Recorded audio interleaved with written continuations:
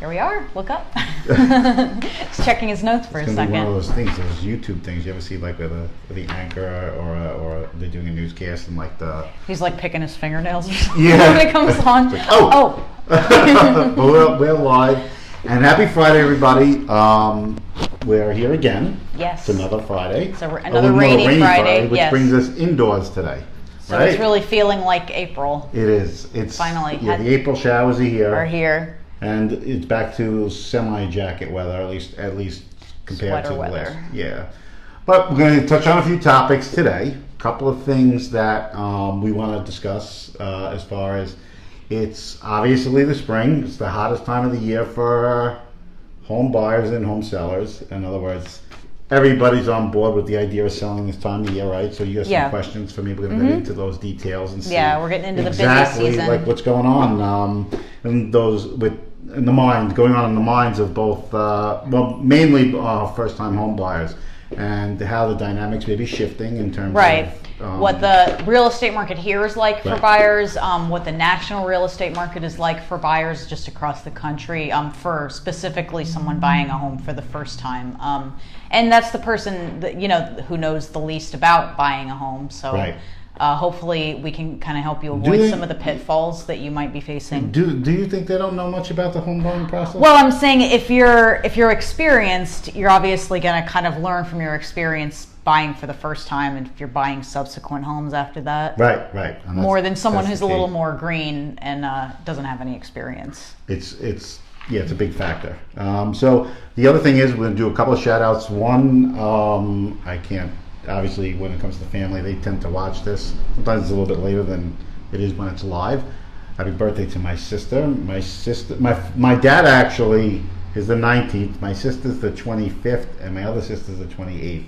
Okay, so happy So belated dad, birthday to your dad. Jessica, and Michelle and Jessica in that order. So basically 25th yesterday was my sister's birthday, 28th, which is tomorrow, is my Sunday. The Sunday. Is your other sister? Is my other sister, Jessica. They're 2 days. Oh no, they're 3 days apart. 3 days apart, right? So yeah, Saturday. So do they have like combined birthday parties? Yeah, it makes it kind of convenient to have cake. I mean, that's the good thing is when we have these functions, we get everybody together and it's like, okay, one kind of cake fits all. I'm not sure they're too excited about that, each one of them, but it's good anyway. Yeah, I don't know, because me and my brother were 2 weeks apart, and we had like combined birthday parties. See, exactly. Saves money on cake. Excited? Yeah, because it was a big birthday party. That's good. But anyway, let's get into the details of today, which is basically what first-time home buyers should expect in the experience. And some unexpected things. and the pitfalls that associated, could be, because it's a stressful time for a lot of people. There's a lot of stuff that you need to know. Mm-hmm. So you've been doing this for over 10 years now. I've had a long time of experience with first-time home buyers and the anxiety that comes along with the process, and how to kind of like expect the process should be working for you. Right. So let's focus on those things, because there is a lot of pitfalls, and it's more of a psychology thing than a lot of times the realities that present themselves. So this is where we're going to kind of like debunk some stuff. Mm-hmm. So when we kind of talk about where like expectations are, there's some funny stories in here about first-time home buyers and some of those experiences, because it's such an emotional process for them, and it's like, okay, where do you kind of mitigate the emotional aspects of purchasing a home? Yeah. It is reasonably so, it's the single largest investment. Yes. But and the good thing about this is we'll kind of lend some of these kind of mysterious things that go through home sellers' minds, especially when you're dealing with first-time home buyer offers, and to kind of lower the tension levels. Sometimes the anxieties are quite palpable between buyer and seller when it comes to the negotiation phase. Negotiating, So the negotiation phase, and this is why I always tell those for sale by owners that are out there, first-time home buyers, and we've done some we've done some talking with first-time home buyers in the past. One of the things about for sale by owners is first-time home buyers hate negotiating directly. Mm-hmm. It depersonalizes the process. They're afraid to offend the prospective homeowner to give them an offer that they would likely consider if there was a buffer between the two. So this is another thing to be very aware of. That a lot of times for sale by owners they may be willing to negotiate their price, but home buyers, especially first-time ones, are extremely, extremely uptight about having to deal with the person face to face. Right. I mean, you know, because they probably don't know. It's such a high stakes environment. They don't know like yeah, really I mean, what it's to like, say or how to deal with that. Oh, like, you know, you have a house that's $850, and they're like, well, the homeowner would consider maybe $820 or $810, and they're like, do I present that to them directly? How do I get that most? And literally, the fear factor of having to pick up the phone and do it is actually the hardest part of it. So it's high stakes. I mean, look, you're talking about things that basically $500,000 plus. Right. You know, so when you're talking about high stakes, you're talking about high emotions, and a lot of things that go along with that is a very stressful environment for both parties. So we're going to kind of touch on some of the things that we really think you should be focusing on. And as far as having a buffer between you and the home seller, whether it's a fair sale by owner or it's not, I think it's important to bring up that buyer agent representation is actually at no cost to you. So there's a commission paid by the seller, but buyer representation is free. Is that correct? For the most part, there is some buyer representation in the sale that the buyers do pay for. So there is some. Okay, no, I thought it was certain always rare. free. Yeah, I mean, I think that's I think traditionally that's been the way, but that's not necessarily the case. I guess it depends on the negotiation, the contract. Well, I mean, sometimes buyers, they feel like the need to, and I'll give you particular examples. A lot of times high profile people who don't want to be involved in the transaction or process will pay a buyer's agent a fee to find what they need and kind of negotiate deals so they're not personally involved because they feel their presence may skew the fact of their negotiation power, which is an interesting thing. That's not something you see is more common here. You see it in the city. Okay. Like you have some people, celebrities, like they don't want to be identified as the person purchasing the house because the immediacy of the negotiation becomes different because of the knowledge presented ahead of time. Well, these are people, I guess, who money's not as much of a factor as it is for that. Well, I mean, I think it's not as much of a factor, but it shouldn't be, they feel like it shouldn't be the deciding factor in like how they can negotiate. So this is one of the things that is common. People that can afford to hire a buyer's agent. Correct. I guess. Correct. But there are options for them to serve you at no cost. Mm-hmm. Just the cost of the seller, of course. But in general, that's the case. So, okay, basically to go into the New York City market a little bit, first-time home buyers in New York do have to save up a lot longer than the national average. The citywide, not just Staten Island. New York home buyers have to just save up for about 18 years to buy a house, whereas the national average is 9 years. It's going to be lower in Staten Island than the rest of the city, obviously. Yes. But that's why a lot of first-time home buyers are here in Staten Island. Right. Versus, hence the value in a lot of the real estate here over the last few years and why it's been going up. That's right. But sales across the city have also slowed down recently, so that gives the buyer more room to negotiate, and it also gives them more choice because there's more inventory on the market. Well, yeah, to a certain degree. Not as much as peak inventory. Yes, I mean, so yeah, it's important to kind of say it's hard to put a label on this as a buyer's market. We don't like labels like that. Yeah, I don't like using it to market. But it's easing up a little bit more on the buyer's side than it was. Because inventories are up 2 years ago. That's yes, right. Inventory's up, prices not down, but they've leveled. So, how would you say the current market is for first-time home buyers? Well, for the first time in a while, I think we're starting to see, especially when we see these list-to-sell ratios, starting to decrease a little bit. So now we're at 96.6. 96.2. Which is, all right, yeah. 2 and 98. She's going to hit me on every little tiny. I think it was 98.4, so it's down more than 2 full points from its height. Yeah, which is about 98 and a half, somewhere in there. That's thousands of Yeah. could be tens of thousands of dollars. In certain cases, correct. certain I mean, cases. yeah. So there is a Difference. flexibility. Here's the thing that's interesting is that as new homes are coming on the market, they're actually listing higher than they were a year ago. Right, which So is it's kind of strange. counterintuitive to do. We've talked about this in the last segment. You can go back on YouTube and Facebook to see those, where we actually talk about that. So, and that must be frustrating for people that are bidding on those houses because Right. they realize this is actually priced way higher than it should be. right, and I think people who are priced right again in this market still do fairly well. But it's like I said, it's not the type of slowdown where like this is 2006, 2000. No. It's nothing. 2006, 7, 8, 9, and 10, where it's like there was a decline significantly. We're nowhere near You that. said there was over 3,000 active inventory at that It was time. more. right? I was close to 4,000. 4,000, wow. And now it was 4,000, and it was like it was raging with for sale signs. It was not a pretty time in the market. No. Let's hope we never go back there. But the one thing that I'm kind of optimistic about, as far as maybe on the seller side, even on the buyer side, is that interest rates again are right around that 4% Right, number, which historically is really good. Yeah, and it was approaching almost 5 not too long ago. Yeah, So and it came there's down. some health in the marketplace to see that there's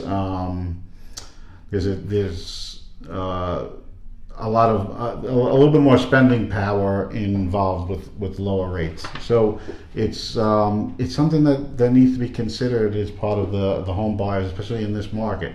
Prices are a little down, interest rates are down, Mm-hmm. inventory's up. It does make for a very good Climate. climate for those first-time home buyers who are actually considering it. All right, good answer. I think we covered everything. Good answer. Yeah, so Did I win the game show? I don't know. I don't have a prize. $10,000 prize. That's that. But Was there something else you wanted to add? no, I mean basically, all things considered, if you're seeking that first time home, you should really consider getting a lot of advice about how to proceed with this. You need to pay attention to how agents present themselves in that discussion. Education on the part of the agent, and knowing someone who's experiencing quite a few more houses than usual will definitely put somebody in a better spot in terms of knowing exactly where one house will fit over another. So it's something that a good agent will actually be able to facilitate a really good match for somebody. But they have to, not the chauffeur type of driven agent, the one that says, you pick the houses, I go show you, and you just tell me what needs to be done. So you don't want to get into that. First time home buyers education is the key to the process. And they're patient with it, and that's two big keys: patience and knowledge. Well, that's what we're trying to help them out with today, Yeah. I guess. So I know I have some notes on this, so this might be something that I kind of take the lead more on. But I wanted to talk about what type of mortgages are available to first-time buyers, specifically mortgage assistance programs, because there are, Uncle Sam wants us to own homes. It's better for the economy if Americans do own their homes. So you can get some government assistance programs that will help you, either with your down payment or, in certain cases, actually a discount on the home. Yeah, and there's precluding this from just some individual companies do have some programs for income qualifications that are a little bit better than others.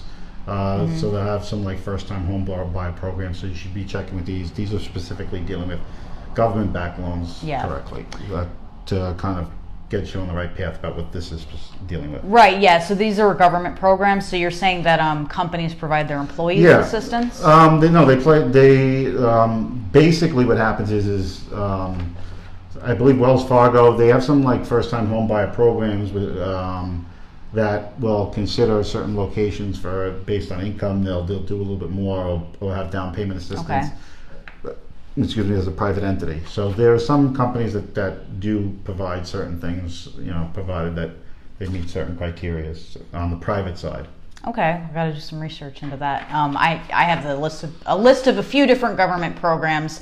Particularly, there is one just in New York City for home buyers here, and this is a program called Home First Down Payment Assistance. This is interesting. Yeah, which provides up to $40,000 to cover down payment and closing costs for people in a qualifying income range. So yeah. I would imagine, it's like probably up to 120% of yeah, we'll get you the link income. for that. We'll get you. Yeah, I have all the links showing you. We'll provide that for you. So yeah, if you're buying a home for the first time, look into Home First Down Payment Assistance. And FHA being another program. Right, and that's something separate. FHA is a national, it's Federal Housing Authority, so it's a national program. And this is ideal for borrowers that have not great credit and don't have a lot of money saved for a down payment. So through an FHA loan, you could put down 3.5% instead of 20%. And you could also incorporate closing costs into that. They still do that, 3.5%. The only thing difference now is you can roll the closing costs into the mortgage. Is what correct. You're saying. So it requires a seller's contingency, meaning that the price has to be brought up, and then it covers the cost of the loan. I'm always trepidatious about that program being viable, but that's another story. Is that it does provide a lot of leverage in the purchase, so you need to consider that. So it's a good program, and it does come with a higher fee than right, because you would have to pay PMI, private mortgage insurance, if you do not pay 20%. So that could be up to $150 a month on top of your mortgage to insure your mortgage for the fact that you made a small down payment. But FHA is probably the most popular one for first-time home buyers because it allows a lot of people to buy a house with a 3% down payment. But we're going to touch on, I guess, there's several of them. There's Good Neighbor Next Door that we'll be providing a link. There's also Fannie and Freddie Mac, which is also Fannie Mae and Freddie Mac. Yeah. Also loans. There's also for a 3% down, backed by Fannie Mae or Freddie Mac. There's also a VA loan for military personnel and veterans and families to help with their down payments and closing costs. There's also which this wouldn't apply in New York really, but a USDA loan for low-income borrowers in rural areas, and it's an agricultural loan. Yeah, agricultural loans are probably not something you see in this part of this neck of the woods. Not so much. But let's get to the fun stuff. But in Middle America, that's where I think everybody wants to get the fun stuff. You want to get the fun stuff, the stuff that people like, which is the stories behind first-time home buyers. And do you have any epic fails? Yes, and we're going to touch on some epic fails. Epic fails names. That sellers need to be aware of, and agents absolutely go nuts. It's a frustrating part of the business, but first-time home buyers are a challenge to the marketplace and the people that work in it because it is high-stakes emotion. But it's fun. It's an enjoyable time for people. They kind of get themselves in a position of, this is my life, in their life, and they see all the things.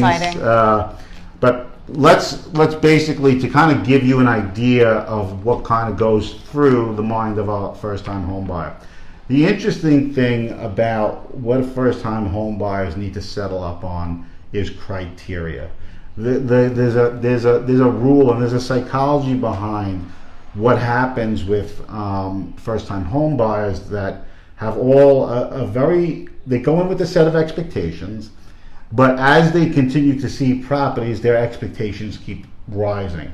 So a lot of times their expectations aren't grounded in the idea that this is what we need to do that's a best fit. So what happens is the psychology of the buying process starts to change as they see more houses. So how do I explain this? Is basically you'll get a first-time home buyer. They're really excited. They want the kitchen. Their first criteria is kitchen's big. I need room for my family. Living room big. Bedrooms are not such a big deal. But what happens is over time, because the way the philosophy of how they ground their ideas and what's practical for them, they're either going up and as they see more stuff, they actually start going up in price range because expectations are, I see I love that kitchen in that house. And then they see a place with excellent bathrooms, for say, in the second floor, and the master bedroom's huge. They weren't factors before, but they'll see another house that has that, and then all of a sudden they want to mix match all these great things in all these houses together. And so what happens is the expectation levels start rising. And the important thing is that you really need to ground yourself before you overspend on something. Is ground yourself on your basics. What do you need, and work with what you're not going to be able to get within your price range. And this is a big problem that you see quite frequently. And you also have to build in your household expenses into whatever you're budgeting for. That could be significant. But I just think the expectation levels are not managed very well from the onset. So as they see more, they expect more, because each house will have an aspect to it that they like.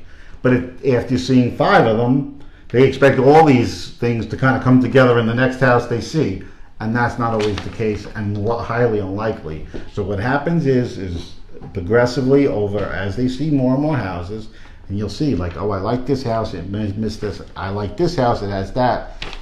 Why can't I buy a house that has both? Because it's not in their price range. That's why. And then what happens is people start beginning to spend more and more on this, and the expectations aren't grounded correctly, so they wind up spending more. They wind up, maybe taking a little bit more on his mortgage to kind of satisfy all these things. The biggest thing I'm going to tell you is that in the first-time home buy experience, it's such an emotional process. There's a lot of things going on through buyers' minds that aren't necessarily grounded in the financial aspects of what they're doing as well.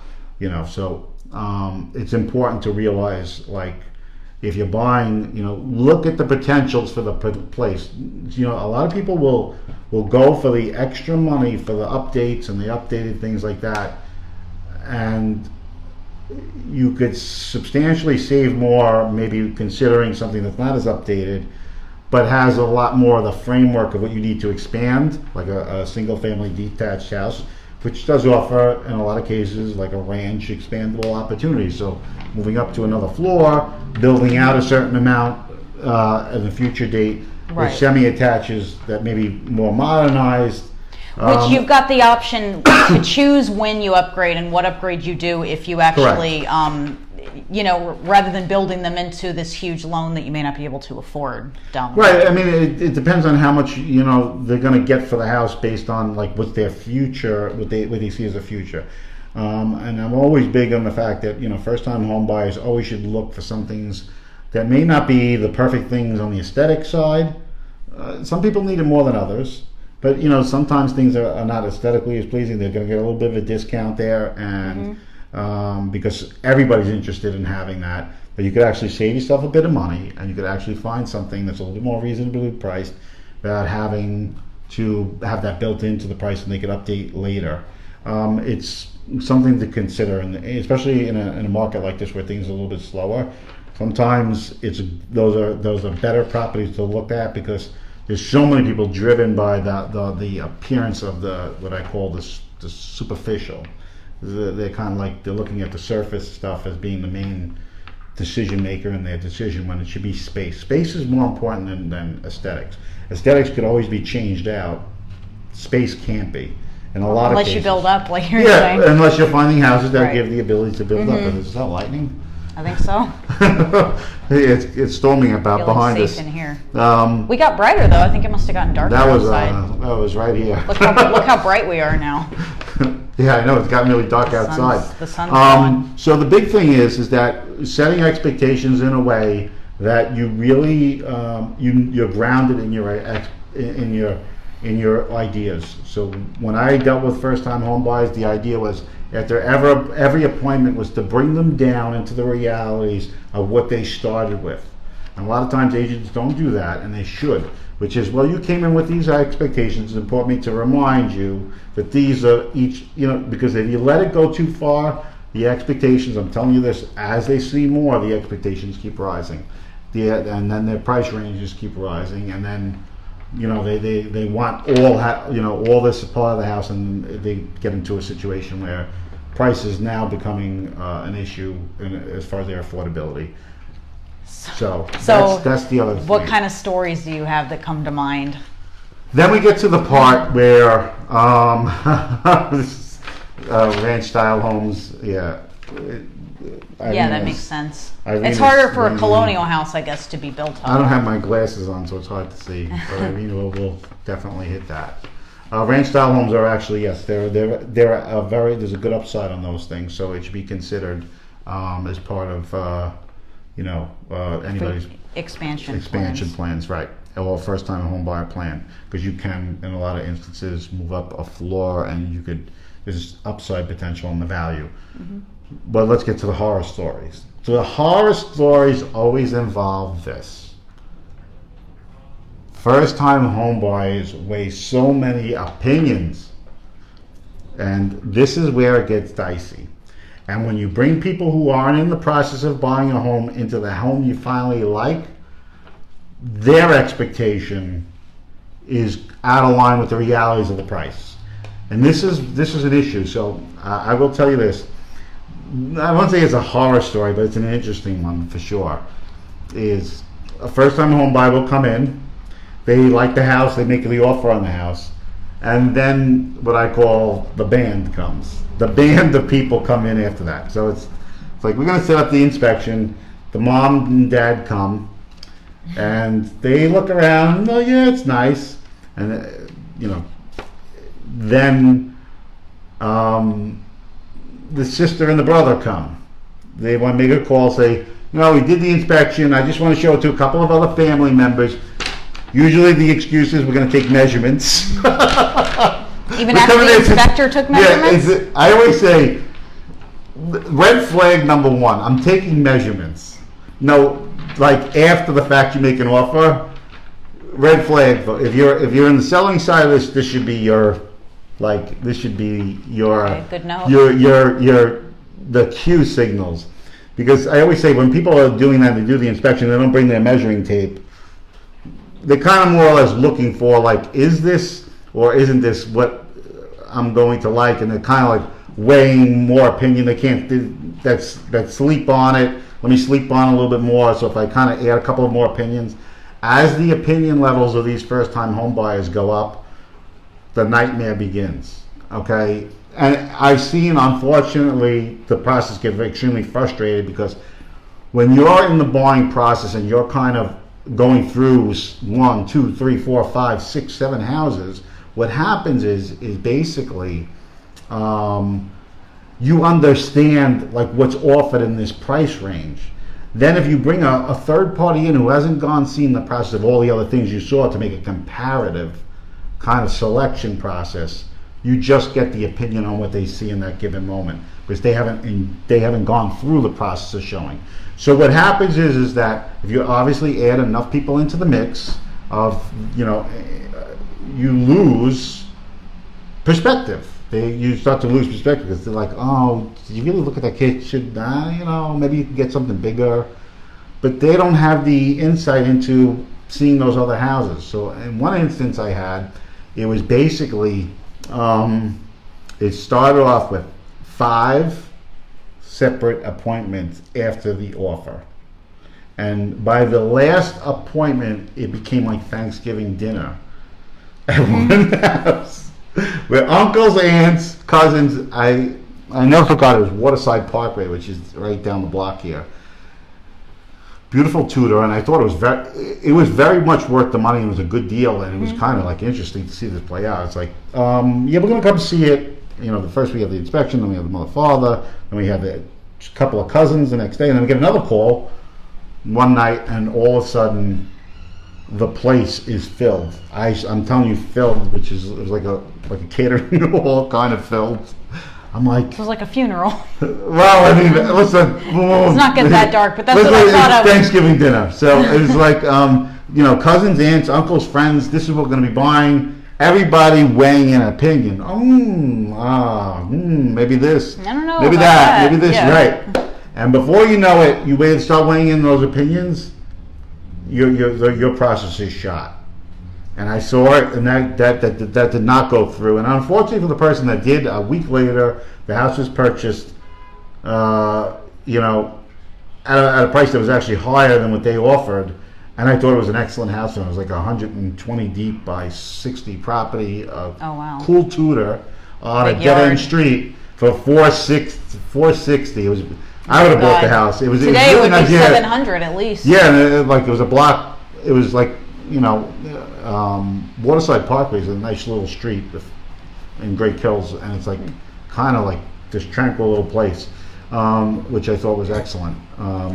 The big thing about it is what homeowners and what agents and what first-time home buyers have to realize is make your selection processes, and you need to take what people's opinions about what your decision is with a little bit of a grain of salt. I'm not saying to dismiss people, but if you're not involved with the process, you're going to lose the process.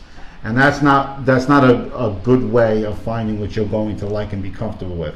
And that's like, you're looking for validation on your opinion with people who aren't qualified enough to give it because they haven't been through the process. And and to homeowners now, as the things kind of change, you're going to see this a little bit more frequently. The frustration level of homeowners get even higher.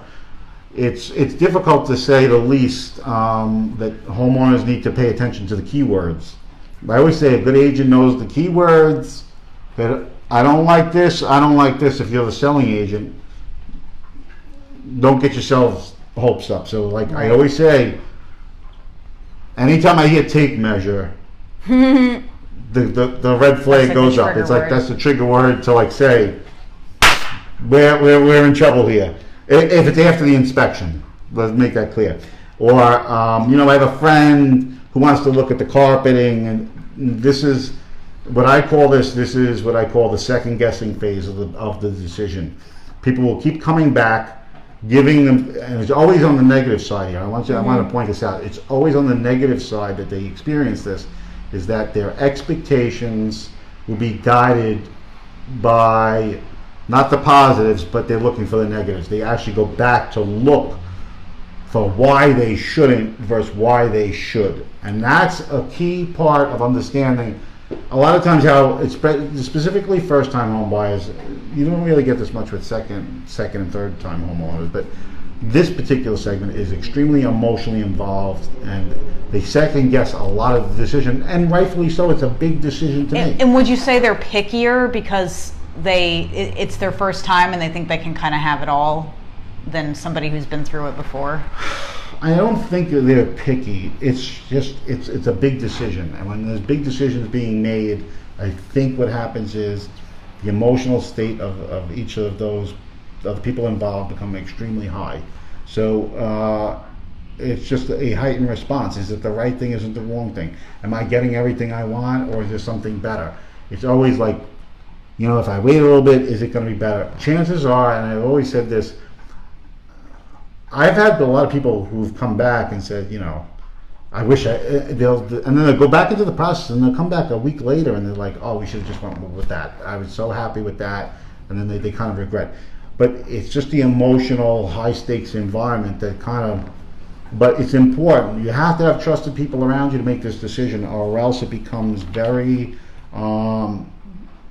it could become a very difficult environment for a first-time home buyer. So you have to understand where your emotions stand in the process, and making sure you're getting good advice in terms of a surefire way of making it work for them without kind of absent the emotional aspects. There are going to be emotional aspects, but Right. that's Well, the main thing. when it comes to making the best decisions, not the emotional ones, what kind of research should first-time home buyers do when preparing to buy their home, their very first home, to kind of help avoid some of the pitfalls that they might face? What should they know that maybe you wish you knew when you bought your first home? The interesting thing is about, I always say real estate is about 80% value for the most part, and 20% emotion. Or So marketing? You can't. Is that the same thing? You're right. It's appeal. Mm-hmm. And this is why automated services like Zillow never work perfectly, because I call it like, you pay a premium for what you like or what's emotionally connecting to you. So people will pay more based upon their experience in the house. So the research is always good and to know the parameters of which, like how homes have sold, and kind of get an idea of like what the marketplace is like for similar type properties, kind of like a reverse CMA, see what sold, and kind of make some distinctions about that. But it's important not to get overly numbers oriented, because there are many locational based factors in determining value, and you have to love the place that you're in. Now you got to remember this. A lot of people will skip out on a $10,000 difference on a house they really like and the location they really like, and it may cost them a little bit more, but that's where they're going to be happy. And I'm going to tell you something, it's going to cost you a lot more in, and that's where people like get fixated on numbers so much that they actually buy things that they're not happy with, but the numbers made sense. When you're living in a place... So you're saying sometimes you should listen to emotions then? Yeah, I mean, you have to like where you are. I mean, it's emotional. Your home is a home, and at the end of the day, the emotional aspects of a home ownership is the same reason, and whether I say it or not is not really the issue. That's what's happening.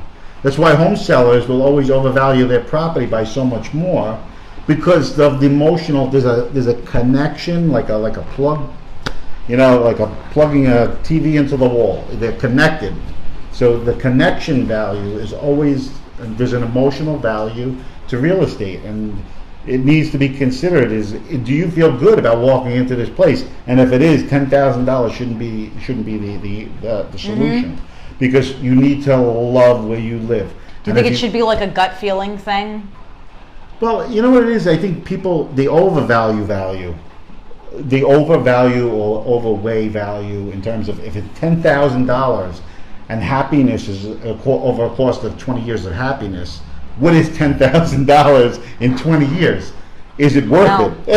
And but it never seems to get to that point in the discussion that, okay, if I'm buying something and I'm saying to myself, hey, is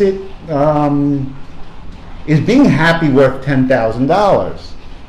And it's kind of funny. They get tied up in the moment of what they like, and they will sacrifice what happens in the moment on the emotion. It's high stakes.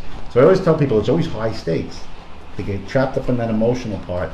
And sometimes you may get something, you may have to go up a little bit to get what you emotionally you connect with. You see yourself in that situation. Do you think there should be kind of like a checklist they make? Like, these are the required things, and then these are like all the things that should be nice to have. The experience of the agent plays as the checklist. If a good agent is understanding what their clients are going through and understand the psychology behind what's happening here, they're going to mitigate these circumstances based on what they know and what they understand about the marketplace.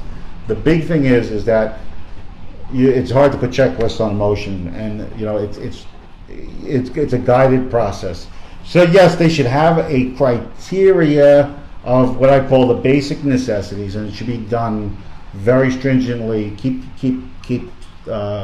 proportional to the size of the bedrooms, the kitchen, the aesthetics that you kind of want, and keep grounded to that. That's part of it. You need to keep grounded to. But sometimes you don't want to skew yourself off into like overbuying, and you do need to be grounded into like a checklist. But there's going to be places that it may not meet the checklist.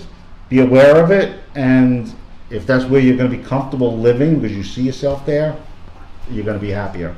You're going to be happier long term.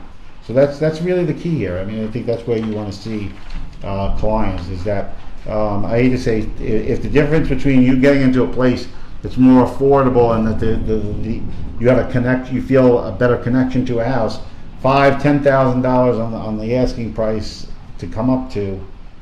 I mean, it's wild. I mean, I could go into 1,000. You really think that's broken the deal for people? Yes, $10,000? Absolutely, $5,000. I've seen $2,500 blow a deal on a house that people like. It gets. It sounds petty. For a $500,000 house. Here's the thing, right? And that's right. You talk. I mean, a couple of deals be $800,000. We're talking about a difference of them negotiating $2,500 out, right? And I'm saying, if you came up to $2,500, it's like maybe 65 cents on their mortgage over the course of a 30-year mortgage. It's like, okay, so 60 cents a month may make the difference in getting what you want, but it gets high stakes. It's high stakes. It's interesting to see how these things play out. I've done it for a long time, and it's fun. I mean, it's fun to kind of know now. I remember going through the process is absolutely like this really emotional, even for me. Yeah, what was it like for you when you bought your first home? Well, You don't want to go there? No. I think when I bought my first home, I'll say it this, it's what Which is my the home you wife live in likes. currently. I always say, happy wife, happy life. I always say, Ain't lying. I think the emotional aspects of home, I think if you gave most guys like me maybe a basement or a garage and a TV set, they're pretty happy. They don't have the home to that nesting instinct that women have. I guess you never see like emotionally men get attached as much. That not in every case. I don't like to use the paintbrush for this, but I've seen some of the wildest things happen with arguing in the streets over you're being ridiculous. I just want the garage, but the kitchen's not nice. I don't like the kitchen. You get these philosophical things that happen between people, and it's funny, and it's dramatic, and it plays out in because it's high stakes. You think about it this is where I'm going to be. But I'm going to say this. It's in the moment, for first-time home buyers, in the moment it seems a lot worse. You settle into, most first home buyers will settle into their circumstances. Mm-hmm. So, but it's just a heightened emotional time, which is, the part of the first-time home buying process that's amazing. Mike Giordano says, I would need an underground bunker that's fingerprint activated. Right. Well, if you go to Irby, they're fingerprint activated. Yeah, I mean, it's like, but it's like how their personal space plays into this, and it's just a natural instinct. I'll be honest with you. My first house was, it was a choice between a semi-attached and a detached. My philosophy was just put me somewhere. Well, was it between an updated semi-attached and a not so updated detached? Yes, because that's got similar price points. My first house had raccoons in the roof. Nice. Me too. And it was a wild, it was really wild to experience. At night, I had a hard time sleeping because you hear so many animals.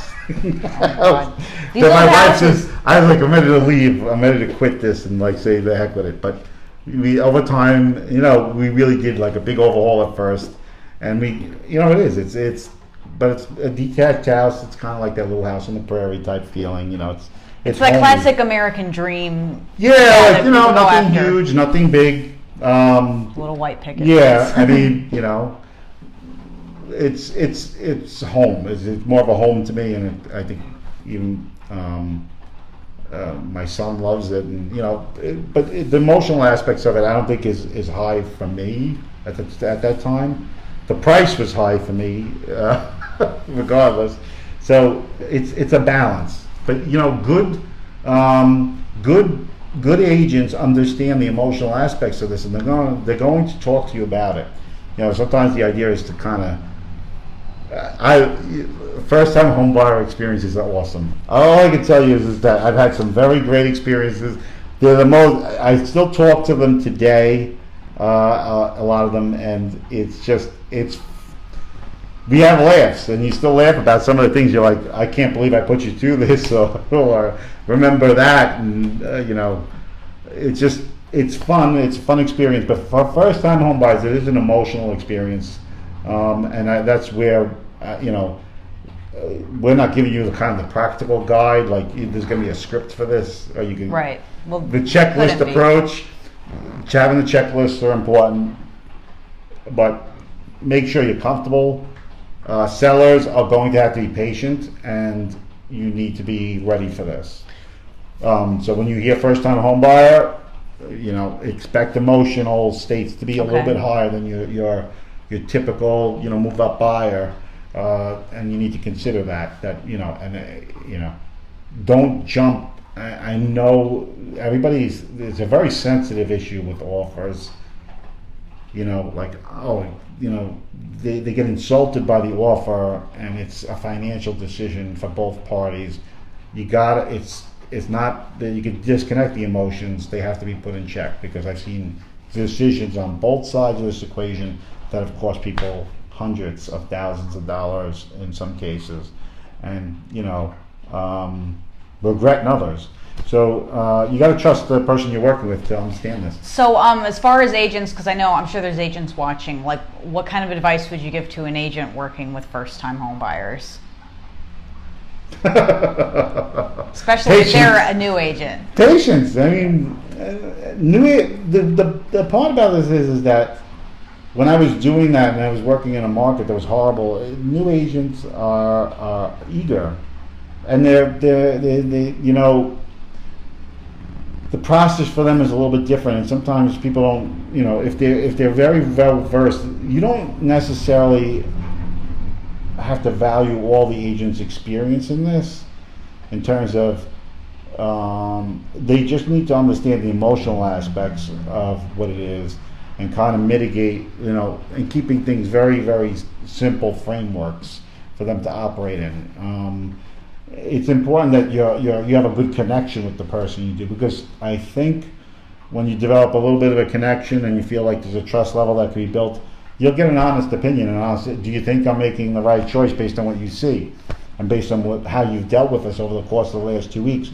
You'll get a sense. You'll start developing a practical bond about, like, knowing who the person is emotionally, what they fit based on what they've seen in the past. And I do think in a lot of cases the connection to the agent is almost as important as the knowledge part of it. It's not that you should dismiss either, because you can get very experienced agents, and they don't have the patience level for dealing with these emotional aspects kind of dry up. It's just not. They deal with the selling end a lot. Oftentimes, the selling end is a lot less emotional process. I wouldn't say at all. Mm-hmm. A little bit, but they don't have this intensive relationship that's happening as quite frequently every day. So it's important they have a connection with the agent. I think that's a big part of it. Yeah, that definitely makes sense. And like I said, a lot of times people don't even think about buyer representation. They just think about listing agents. But that can be something that's quite beneficial to you. Well, before you even close out on that, that's the other part is that people also believe that they get the better deal through the listing agent. If you work, but the listing agent is representing more of the seller's interests. Yeah, so, they should be. Right, that's what they're bound to do. Philosophically, more than the buyer's interest, wow. though. that was some bolt of lightning right there. Yeah. You're gonna hear that loud in a second. Okay, that's like 4 seconds, maybe. Yeah, that was a close one. But let's get into the fact that you have to kind of realize that when it comes to that buying process, you don't want to lose the fact that the experience is going to matter as far as getting the nuances of the deal down. And a lot of times, even a newer agent, where it suits them best is that the nuances of putting that deal together can be assisted a little bit more, because it's more of what I call a process thing, not that's just more process than it is emotion. So when you have that kind of connection, you still get fairly good agents that could be new, understand the process, and the assistance part of the process is something that could be facilitated, because it's all kind of cut and dry in that way. So it's important that, I mean, obviously knowing which house is the best, and where to fit people in based on their knowledge of area and things like that are important as well. So it's, not to dismiss experience either. Some experience in neighborhoods and like just knowing the landscape of the land is a big help. Right. Hidden neighborhoods. Yeah, which your average resident, even if they grew up here, doesn't really know that stuff. I mean, I always say, they should be able to articulate, give me 5 hidden neighborhoods that most people don't know about, and they should be able to rattle them off in 2 seconds. Yeah, and they should know like which neighborhoods are best for, raising young children, where... Well, I mean, there's a balance between knowing that and articulating those things. There's all these laws and requirements. Oh, yeah. Is it family friendly, or using these type of words now? Okay, so there's some legal jargon. But I guess essentially they should understand the lifestyles involved in like living in different parts of the city. And right. I mean, if you say somewhere with really good public transportation, some people might need that. What you do is you stick to the aesthetics. Stick to the aesthetics. There's hidden streets. There's like these little places and like that are off the beaten path. You're not gonna. A lot of people miss. And a good agent, that's where experience comes in most cases.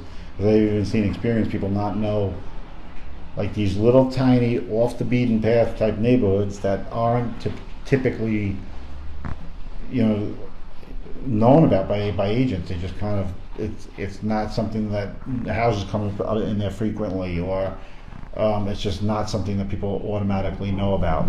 Or if they say Great Kills, what part of Great Kills? There's several different, and like there's several like very like country-like parts of Great Kills. There's very, more town center type of places. More like townhouse and affordable kind of living dwellings, which is maybe attached and semi-attached houses.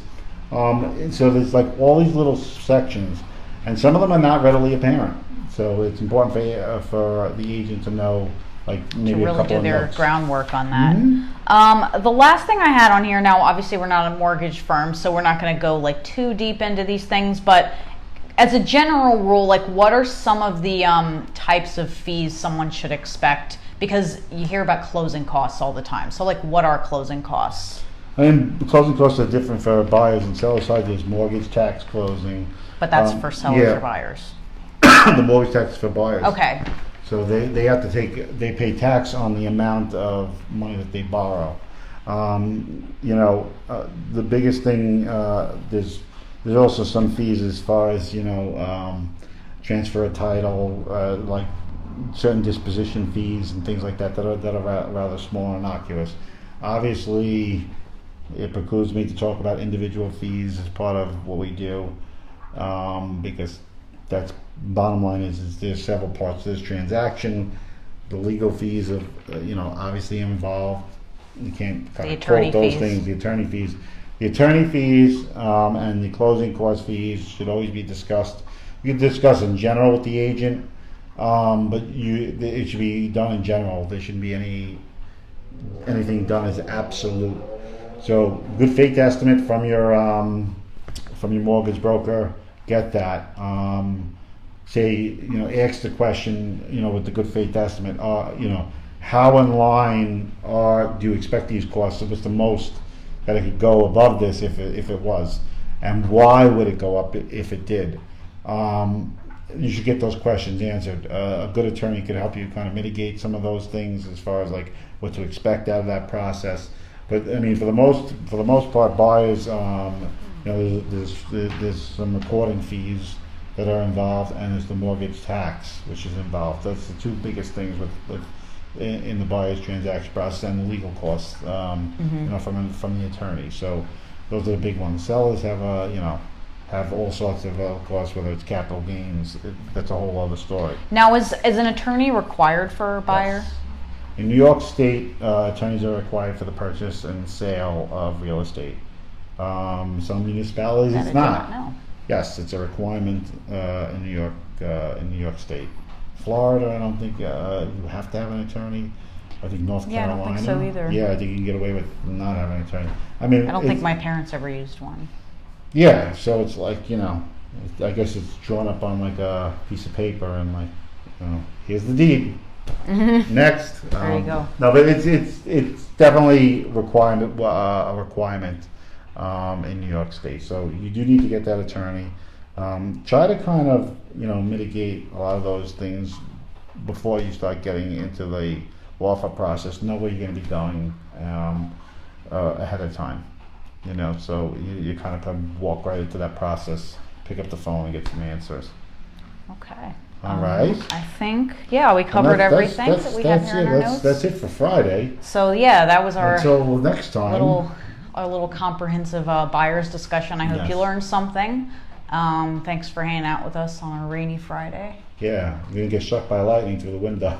No, I know, it was pretty entertaining. We've had like 2 or 3 Yeah, big ones. This is the first live segment of a thunderstorm. But anyway, So. Everybody have a great weekend. Hope to see you very soon. Maybe we'll get on here next week. Things are moving. Yeah, well, we have to move. We can't stop, That's it. especially this season. We're getting busy, so We look going to forward be to any and expect questions. some more home tours soon. Yeah. Also. Thank you some for that. Thank you, Michelle, very much. Oh, thanks. And check back. And when your house looks like, I'll give you the last tip. If your house looks like Thanksgiving after your inspection, red flag. Too many cooks spoil the broth. Watch out. Yes. And the tape measure. So tape measure and lots of people And after. lots of people after. Yeah, that's a red flag. And that's what I'll leave you with, folks. Have a great Friday. Enjoy your weekend. Good and weekend. Happy Passover. Yes, happy Passover. This weekend. Mm-hmm. Last week Easter. And we hope everybody had an enjoyable week Easter. Thank you very much. We'll catch you next time. Ciao. Ciao.